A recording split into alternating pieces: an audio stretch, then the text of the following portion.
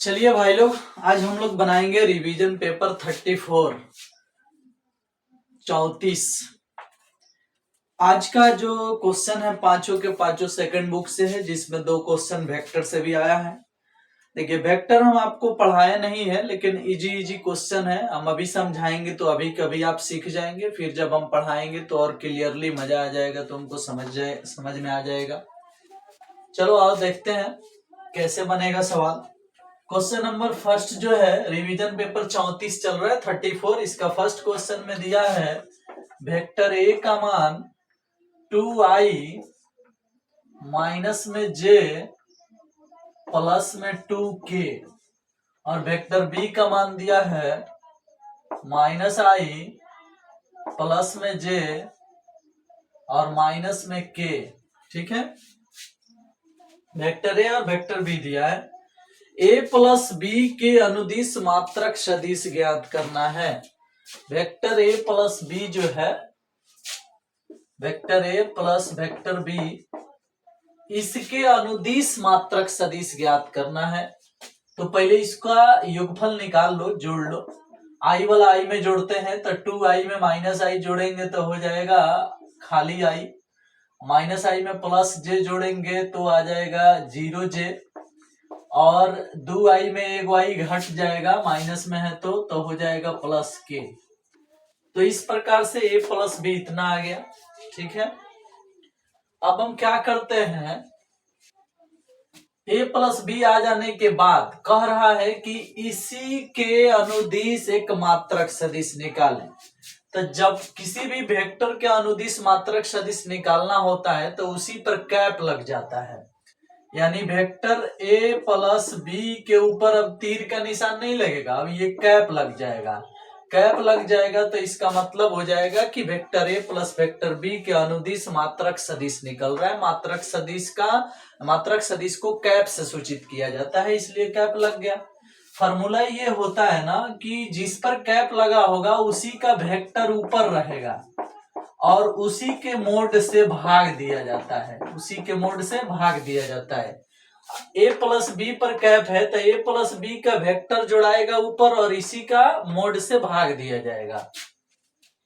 अब बताओ कि a प्लस बी निकालना है तो है तो ऑलरेडी पता है आपको कि कितना है, i प्लस 0j या प्लस में k बटा इसका मोड चाहिए, जो है a प्लस बी आया है इसका मोड चाहिए। तो मोड मतलब मोड में इसको डालोगे तो i plus 0j plus k का मोड हो जाएगा। ठीक है, तो ऊपर वाला जो है वो ऐसा ही नॉर्मल है, लेकिन नीचे वाला जो है ना इसी का मोड है।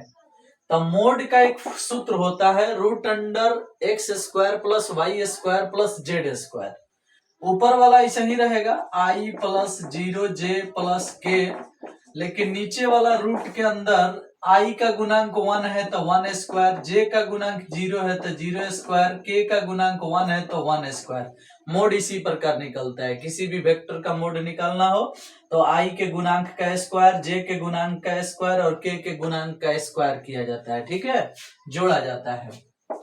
ऊपर हो जाएगा i प्लस 0j प्लस में k, और नीचे 1k² 1k² एगो जोड़ के √2 आएगा तो यहाँ √2 हो जाएगा। यही √2 सब में छिड़ दीजिएगा तो 1/√2 i हो जाएगा। अब प्लस 0 में कुछ से भाग लगता है 0 हो जाता है तो 0 वाला आप हटा दो, 1/√2 k हो जाएगा। ठीक है, i वाला और k वाला बच जाएगा, j वाला खत्म हो जाएगा क्योंकि j का गुणांक 0 है। यही आपका आंसर आएगा इस प्रश्न का। ठीक है, जो a प्लस बी के अनुदिश में मात्रक सदिश है, मात्रक सदिश यानी कैप। ठीक है, चलो उम्मीद है कि ये सवाल आपको समझ में आ गया होगा। कुछ नहीं समझ में आया होगा तो कैप का फॉर्मूला तो जरूर समझ में आ गया होगा। इतना जरूर समझ में आ गया होगा कि मोड कैसे निकलता है। इसी टाइप से और भी सवाल मिलेंगे तो आप सीख जाएंगे। ठीक है, ये देखिए, ये रिवीजन पेपर में पहले से लिखा गया है, इसके वजह से आपको मिल गया। ठीक है, आगे फिर 4, 5, 6 रिवीजन पेपर में वेक्टर नहीं मिलने वाला है, क्योंकि वेक्टर तो कल से क्लास में स्टार्ट होने वाला है, तो कल से स्टार्ट हो जाएगा, फिर सब ठीक हो जाएगा।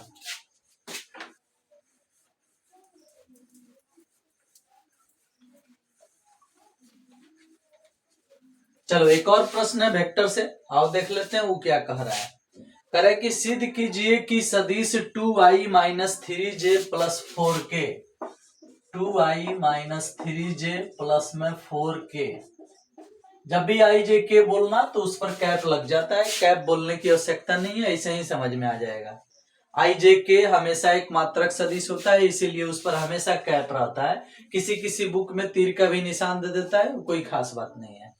Minus 4i plus 6j minus 8k, minus 4i plus में 6j माइनस में 8k, यह है माइनस 4i प्लस में 6j माइनस में 8k। कह रहा है कि ये दोनों संरेख है, सिद्ध कीजिए। तो आप मान लीजिए पहले ही से एगो वेक्टर ए है आ एगो वेक्टर बी है, ठीक है। क्वेश्चन नंबर 2 है, सिद्ध कर देना है कि ये दोनों वेक्टर संरेख है। देखिए संरेख सिद्ध करना होता है तो इसका एक सूत्र है कि अगर वेक्टर ए और वेक्टर बी को संरेख सिद्ध करना है, समझ रहे हो, तो इसका मतलब ये हुआ कि A vector A plus lambda vector B मंगा दो, देख रहे हो। यानी वेक्टर बी में किसी अचर राशि से गुना करने से वेक्टर ए आ जाए तो उसे कहा जाता है कि वो दोनों संरेख हैं। ध्यान से सुनना, एक वेक्टर में अगर लेमडा से यानी किसी अचर राशि से गुना करने पर वेक्टर ए की प्राप्ति हो जाए तो कहा जाता है कि वेक्टर ए और वेक्टर बी दोनों के दोनों संरेख है, ठीक है। तो तुम ही बताओ कि यहाँ वेक्टर बी जो दिख रहा है इसमें से अगर -2 कॉमन हो जाए, ध्यान से देखना, वेक्टर बी जो है -4i plus 6j minus 8k दिख रहा है। इसमें से अगर हम -2 कॉमन कर लें तो यहाँ 2i बचेगा प्लस में, 3j बचेगा माइनस में, 4k बचेगा प्लस में। देखो तो फिर -2 से गुना कर दो, ही माइनस में आ जाएगा, ही प्लस में, ही गुना करने पर ही प्लस में आ जाएगा, ही गुना करने पर माइनस में आ जाएगा। देख लो, हाई जो आया है क्या यह इसके बराबर है? देखो तो हाई जो आया है हाई बराबर है कि नहीं? तो आसानी से कह सकते हो कि वेक्टर बी बराबर -2, हाई जो है इसके बराबर है, मतलब वेक्टर ए। ऐसा आ गया। अब वही -2 अगर इधर भाग में भेज देते हो तो उधर बच जाएगा वेक्टर ए और इधर -1/2 वेक्टर बी हो जाएगा, जो कि इस रूप में आ चुका है। देख लो, लेमडा का मान यहाँ का दिख रहा है -1/2 दिख रहा है। तो जब लेमडा का मान -1/2 दिख रहा है तो यह vector a lambda vector b का फॉर्म पकड़ लिया कि नहीं? देखो तो लेमडा बराबर -1/2 अगर रख लिया जाता है तो वेक्टर ए बराबर लेमडा वेक्टर बी हो जाएगा कि नहीं? तो वही बात हम लोगों को सिद्ध करना था कि हमारे पास वेक्टर बी ऐसा है जिसमें किसी अचर संख्या से गुना करने पर वेक्टर ए प्राप्त हो जाएगा, और हमने दिखा भी दिया कि वेक्टर बी में कितना से गुना करने पर वेक्टर ए आ जाएगा, -1/2 से। तो वही -1/2 किसका काम करेगा? लेमडा का काम करेगा। और यही बात यहाँ दिखाया गया है कि लेमडा बराबर -1/2, तो ये वेक्टर ए बराबर लेमडा वेक्टर बी हो जाएगा। तो इस प्रकार से हम कह सकते हैं कि अतः यह संरेख है, अतः वेक्टर ए तथा वेक्टर बी संरेख है, ठीक है। चलो, तो ये एक नियम हो गया। इसके बाद ध्यान से देखना, संरेख होने का एक और शर्त होता है, एक और तरीका है सिद्ध करने का। ये एक तरीका हो गया। दूसरा एक तरीका होता है कि अगर a1/a2 बराबर b1/b2 बराबर c1/c2 भी मिल जाए तो भी वह संरेख हो जाता है। तो यहाँ 2/-4 है, 2/-4, 3/-6 और 4/-8, ऐसा दोनों को कटाओगे तीनों को तो आएगा -1/2 -1/2 -1/2।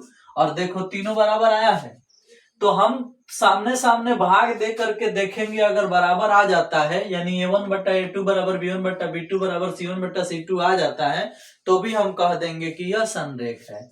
तो संरेख जांचने का दो विधि है, एक है वेक्टर के रूप में ही जांचना और एक है रेशियो के रूप में जांचना, भाग दे दे करके। ठीक है, तो जिस तरह से आपको सुविधा लगे वैसे बता सकते हो।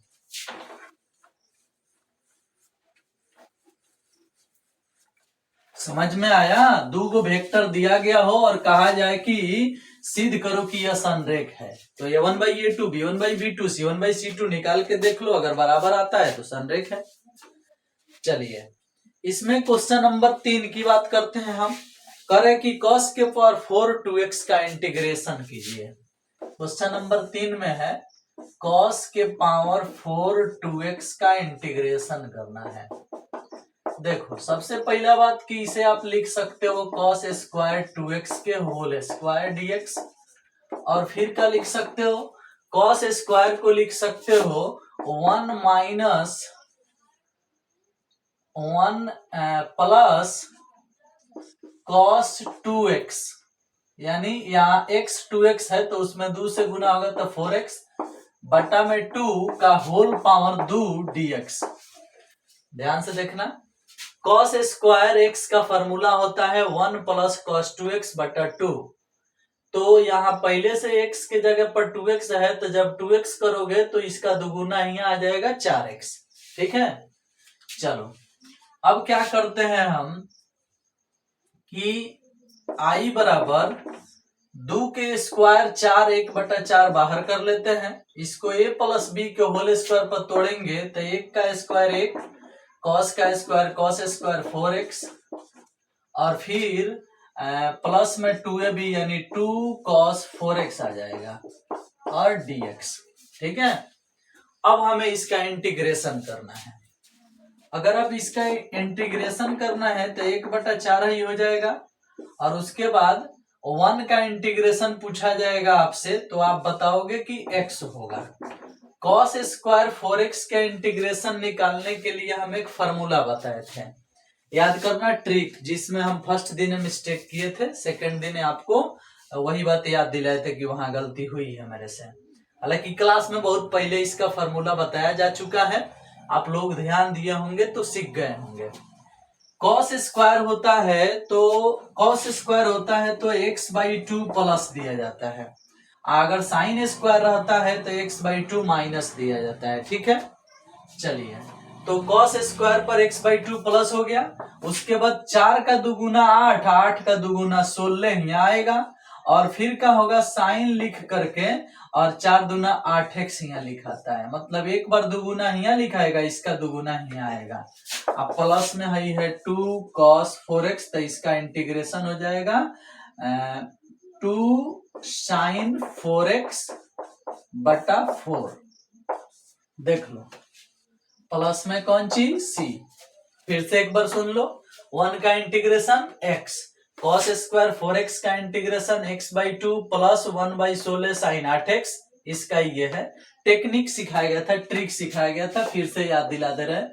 साइन स्क्वायर अगर mx होगा यहाँ, ठीक है, तो साइन स्क्वायर mx का अगर इंटीग्रेशन करना होता है तो साइन स्क्वायर का सूत्र हर कोई जानता है, जो 1 माइनस cos 2x बटा 2 लिखा जाता है, तो माइनस बीच में आना तय है, x/2 माइनस 1 बटा m दूना 2m और 2m दूना 4m, उसके बाद यहां हो जाएगा साइन m दूना 2mx प्लस c, ये फॉर्मूला था साइन स्क्वायर के लिए। अगर इसके जगह पर cos स्क्वायर लिखा होता है तो यहाँ प्लस हो जाता है, तो यही cos स्क्वायर के रूल पर है, तो बीच में प्लस आया है, x/2 प्लस 4 दूना 8 दूना 16, तो 1/16 और साइन 8x, एक बार दुगुना होगा तो यहाँ आएगा, फिर दुगुना होगा तो यहाँ आएगा। ये ट्रिक है, हल करने का टेक्निक आपको सिखाया गया था कैसे। तो cos स्क्वायर का फॉर्मूला लिख सकते हो 1 प्लस cos 2x बटा 2। चलो i बराबर हो गया, इससे इसका बटा के जोड़ खाली कर दो, इतना ही रहने दो, 1/4 है, हो गया। इससे इसमें गुना 2x में x जोड़ेंगे तो 3x/2 हो जाएगा, प्लस में 1/16 साइन 8x, और प्लस 2 से कट जाएगा 2 बार में 1/2 साइन 4x, और प्लस में c। यही आपका आंसर होगा, देख लो। ठीक है, चलो आप चाहो तो 1/4 से अंदर गुना भी कर सकते हो, कोई बात नहीं। हाई फार्मूला था, टेक्निक था, ट्रिक था समझने के लिए।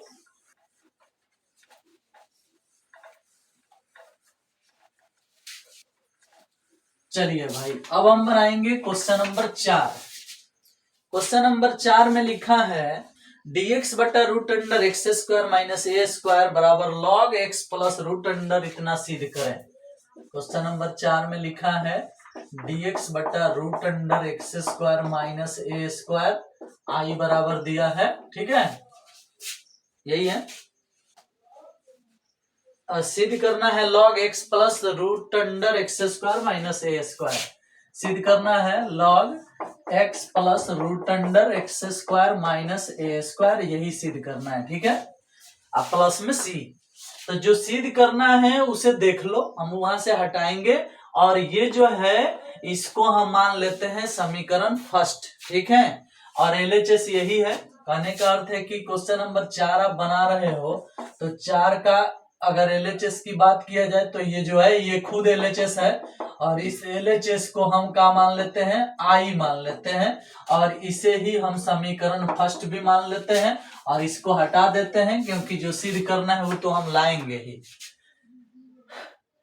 एलएचएस है, इसे आई मान लिया गया, समीकरण फर्स्ट बोल दिया गया। अब आगे बढ़ेंगे तो एक्स बराबर ए सेक थीटा माना जाएगा, क्योंकि root under x square minus A square मिलता है तो एक्स बराबर ए सेक थीटा माना जाता है, माना जाएगा। एक्स का डीसी 1 आएगा, ए सेक थीटा के DC A sec theta into tan theta आएगा, और इंटू में डी थीटा बटा डी एक्स आएगा। डी एक्स गुना में भेज दो, डी एक्स बराबर हो जाएगा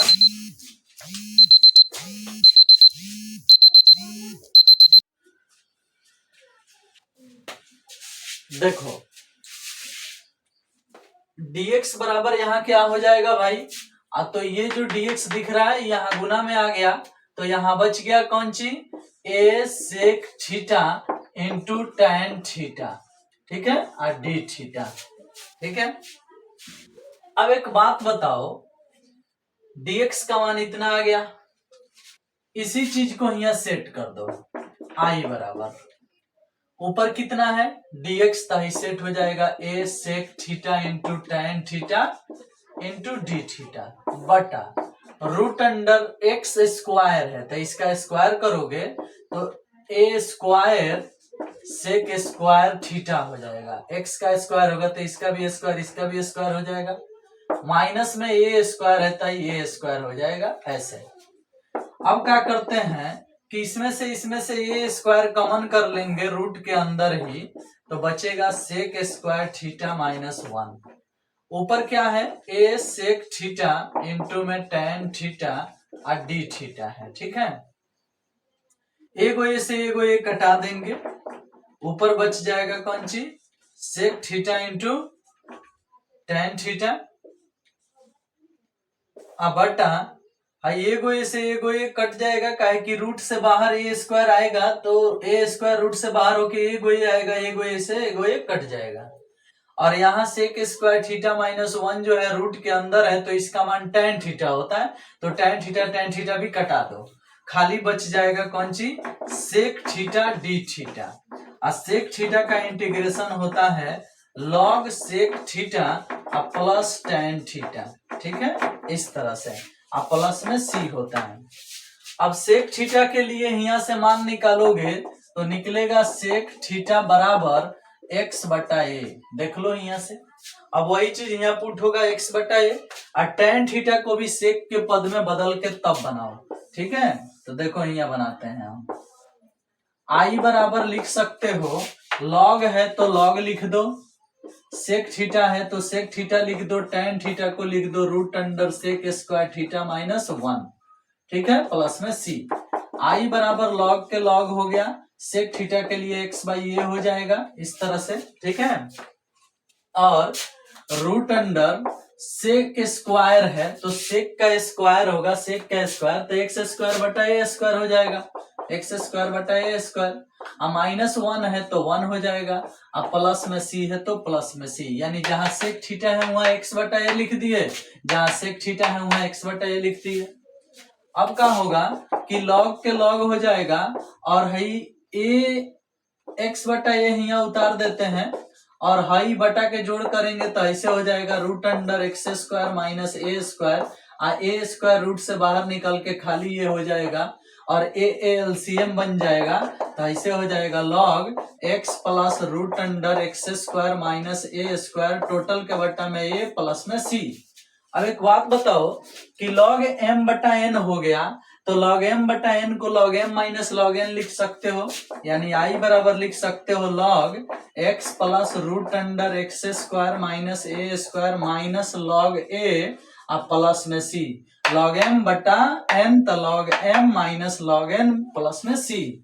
अब ये जो लॉग ए है ये अचर राशि है, सी में समाहित हो जाएगा तो आई का मान सिर्फ क्या बचेगा log X plus root under x square minus A square plus में सी, और यही सिद्ध करना था, यही आपका आरएचएस है, ठीक है। ये सवाल आपके एग्जाम क्लास में भी सिद्ध करवाया गया है और यहाँ भी फिर से सिद्ध हो गया, देख लो ये आपके एग्जाम में आ सकता है सिद्ध करने के लिए, ऐसा क्वेश्चन आया है कई बार, इसलिए इस पर ध्यान से देख लेना कैसे बनेगा, ठीक है। चलो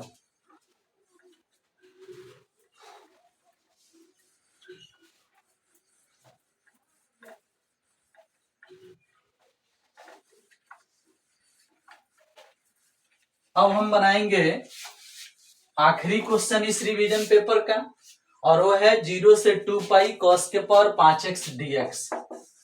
आई बराबर लिखा है 0 से 2 पाई कॉस के पावर 5x dx।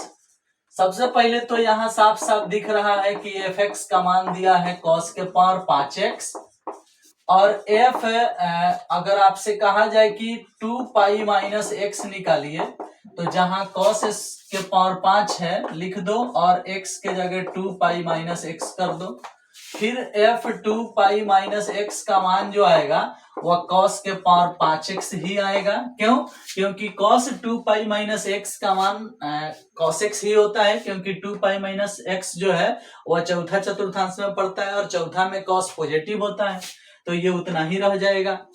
अब ये उतना ही रह गया तो ये ऑलरेडी फंक्शन के बराबर है, यानी f 2 पाई माइनस एक्स जो है वह fx के बराबर ही आ गया। जब ऐसा कंडीशन आ जाए कि f 2a माइनस एक्स बराबर fx, यानी सेम वही आ जाए, माइनस माइनस नहीं आए बाहर, तो समझ जाना कि 2 यहाँ वाला जो है गुना में आ जाएगा, यानी अब आई बराबर हो जाएगा 2 0 से पाई कॉस के पावर 5x dx, ऐसा हो जाएगा।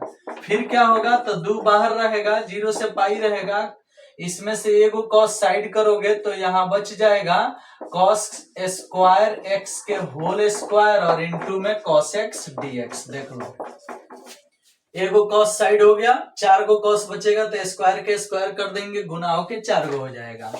फिर आई बराबर हो जाएगा 2 0 से पाई कॉस स्क्वायर को लिख सकते हो 1 माइनस साइन स्क्वायर एक्स के होल स्क्वायर और इनटू में है कौन सी भैया कॉस एक्स डीएक्स। अब आप साइन को टी मान सकते हो, साइन को टी मानोगे तो क्या आएगा, माना साइन एक्स बराबर टी, ठीक है। देख लो साइन को टी मानोगे तो क्या हो जाएगा भाई, तो आसानी से लिख सकते हो आप लोग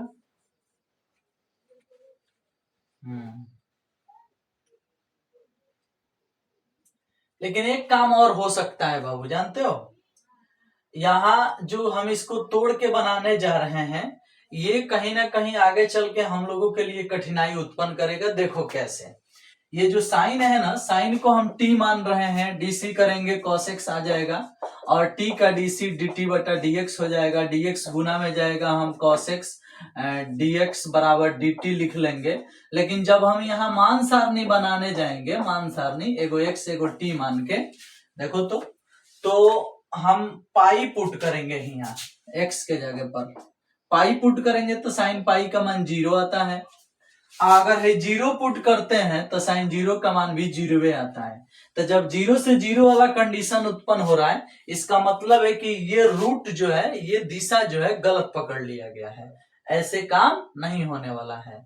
तो यहाँ दूसरे तरीके से बनाया जाएगा, यानी यहाँ तक ठीक है, इसके बाद ही जो प्रक्रिया किया गया है ये गलत है, तो यहाँ से रास्ता चेंज कर लो। और ये बात आपको पहले ही समझ लेना है, ये नहीं कि इतना बनाने के बाद काट फूट के हल करना है। इसलिए इस टाइप के प्रश्न को याद रखना है कि कैसे बनेगा, ठीक है। तो यहां से रूट चेंज होगा, जैसे हम बनाए वैसे नहीं बनेगा, रास्ता देखना पड़ेगा अलग से। अलग से रास्ता ये है कि है दो बाहर है, इसे आप फिर ऐसे लिख दो, 0 2 इंटू पाई बाई 2, है दो कट के फिर पाई आ जाएगा, और फिर यहाँ हो जाएगा cos के power 5 x dx।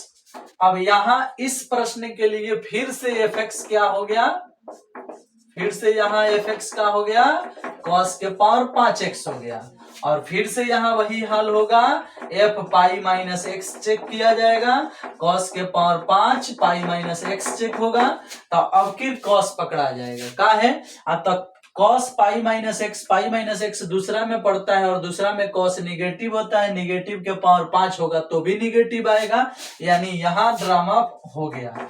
f pi minus x बराबर आ रहा है माइनस cos के पावर 5x dx, देख रहे हो, सॉरी dx नहीं रहेगा, का है तो cos पाई minus x minus cos x होता है, और माइनस cos x का पावर 5 भी होगा ना, तो माइनस cos के पावर 5 आएगा।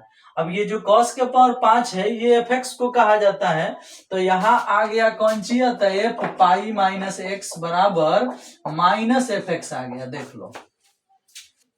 cos के पावर 5 को क्या बोलते हैं, fx, बाहर माइनस है तो माइनस fx। तो जिस समय f पाई माइनस एक्स यानी f 2a माइनस एक्स का मान माइनस fx होता है, उस समय इस पूरे प्रश्न का आंसर 0 हो जाता है, ठीक है। तो जब हमें दिखाई पड़ गया कि इतना बराबर इतना है, इसलिए i बराबर साफ शब्दों में 0 लिखा जाएगा, i का मान क्या हो जाएगा 0, क्या कि है 0 होगा तो 0 में 2 से गुना 0, तो ऐसे भी लिख सकते हो 2 गुने 0 बराबर 0, ठीक है। तो इस प्रश्न का उत्तर क्या आएगा, 0 आएगा, लेकिन इस प्रकार से 2 बार चेक करके दिखाना पड़ेगा। एक बार में प्लस में fx में आया था, लेकिन दूसरा बार में माइनस में fx आ गया, तो जब माइनस में fx आ गया तब तो आंसर हम जान जाएंगे कि 0 होगा। चलिए, तो इस प्रकार हम ये रिवीजन पेपर खत्म कर लिए, नेक्स्ट रिवीजन पेपर का आप इंतजार करें। Thank you, bye bye.